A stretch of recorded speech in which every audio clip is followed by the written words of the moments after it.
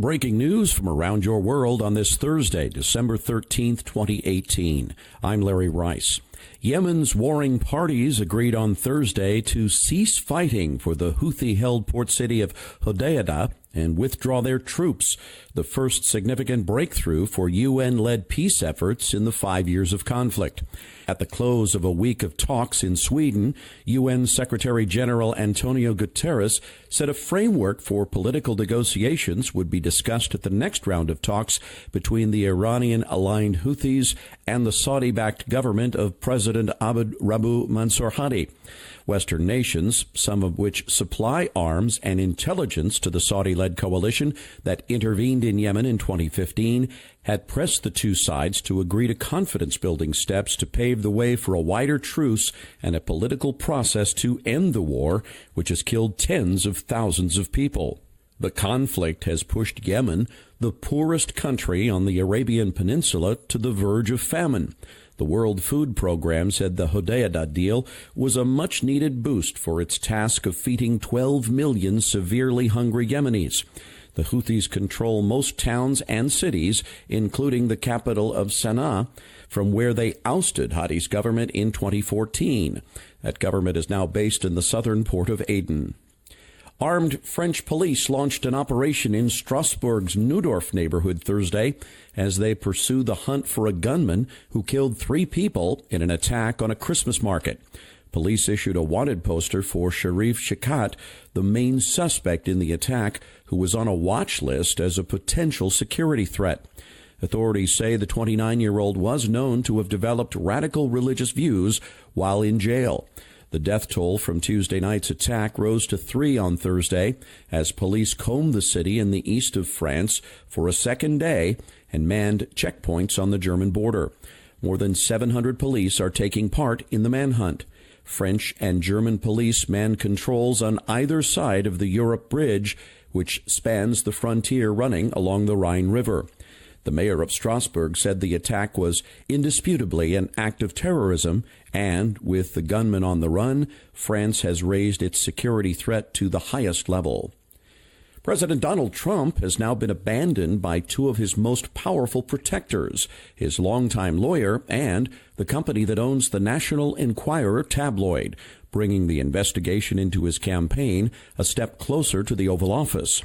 Both Michael Cohen and American Media Inc. now say they made hush money payments to a porn star and a Playboy playmate for the purposes of helping his 2016 White House bid, said to be a campaign finance violation. The women alleged affairs with Trump, and federal prosecutors say the payments were made at Trump's direction. The admissions by Cohen and AMI conflict with Trump's own explanations, which have gone from denying knowledge of any payments to saying they would have been private transactions that weren't illegal. On Twitter Thursday, Trump contended he never directed his former personal lawyer to break the law. He tweeted that Cohen was a lawyer and he is supposed to know the law. Trump tweeted that Cohen pleaded guilty to campaign finance charges in order to embarrass the president and get a much reduced prison sentence. He said the charges were unrelated to me.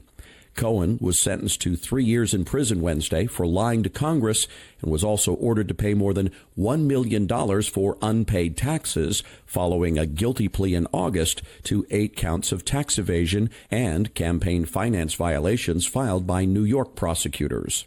A woman accused of acting as a Russian agent to infiltrate a powerful gun lobby group and influence U.S. policy toward Moscow pleaded guilty to a single count of conspiracy in federal court Thursday in a deal with prosecutors that could give them insight into Russian meddling in American politics.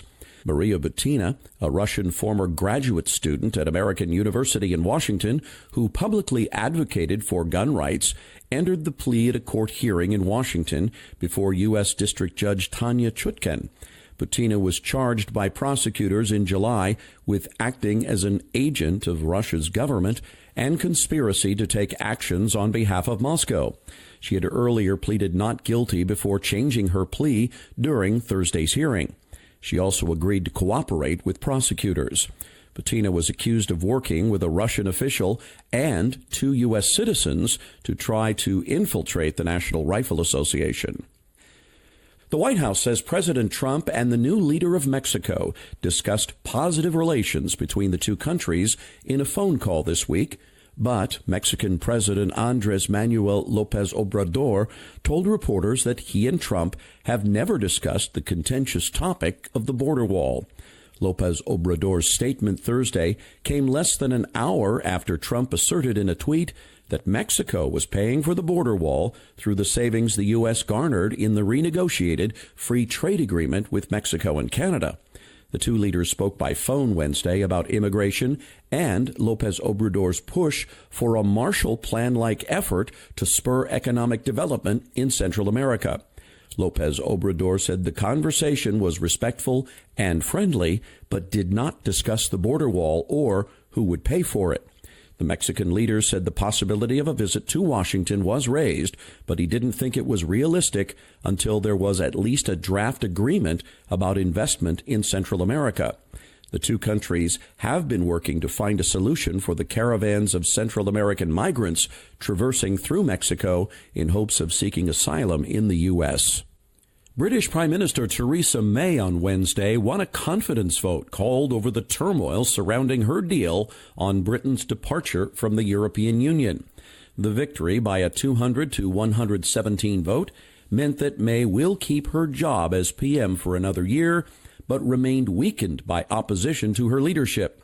May postponed a vote on her Brexit plan this week, facing rejection by lawmakers who say she is giving away too much to the European Union ahead of the UK's March exit from the trading bloc.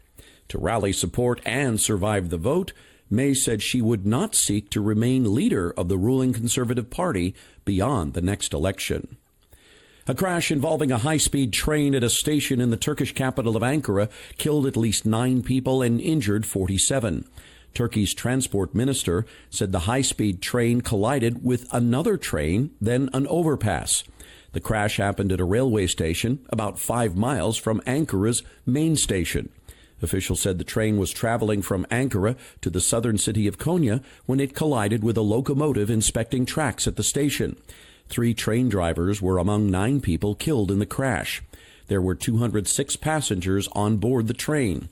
3 of the injured are said to be in serious condition. A large number of emergency workers were on the scene of the collision, which occurred in snowy conditions. An official investigation into the cause of the crash is underway. State regulators in California have proposed a plan to charge mobile phone users a monthly fee for sending text messages, basically a text tax. The California Public Utilities Commission outlined the plan to charge text messaging users a monthly surcharge under the Public Purpose Program, which would use the tax revenue to fund access to affordable telecommunication services for low-income residents. The CPUC said the tax would be necessary to fund the program as revenue garnered from a tax on voice calls through telephone services has decreased from $16.5 billion in 2011 to $11.3 billion last year, while California's public purpose program budget increased from $670 million to nearly $1 billion throughout the same time period. The CPUC report says it is unsustainable for the public purpose program to continue with shrinking revenue if not subsidized by a new source. The commission will vote on the measure January 10th while facing opposition from the wireless communication industry and some business groups. Some advocates say a text tax is a misguided effort that harms consumers. The latest test flight by Sir Richard Branson's Virgin Galactic successfully rocketed to space and back. The firm's Spaceship Two passenger rocket ship reached a height of 82.7 kilometers beyond the altitude at which space is said to begin, but did not reach the 100-kilometer Kármán line where Earth's atmosphere ends. On Thursday, the Spaceship Two passenger rocket ship took off from the Mojave Desert in California, marking the 4th test flight following earlier setbacks in Virgin Galactic's space program. Branson is in a race with Elon Musk and Jeff Bezos to send the first fee-paying passengers into space. Branson founded the commercial spaceflight company in 2004, shortly after the Tesla CEO started SpaceX and Amazon CEO Jeff Bezos established Blue Origin. In 2008, Virgin Galactic first promised suborbital spaceflight trips for tourists would be taking place within 18 months. It has since regularly made similar promises to have space flights airborne in the near future, but delays and a fatal crash in 2014 prevented Branson's original ambitions. And that's your update for this Thursday, December 13th, 2018. I'm Larry Rice. Thank you for your patience while I battle this bout with laryngitis, and I appreciate you supporting this podcast, and I appreciate you listening. I hope you have a wonderful day.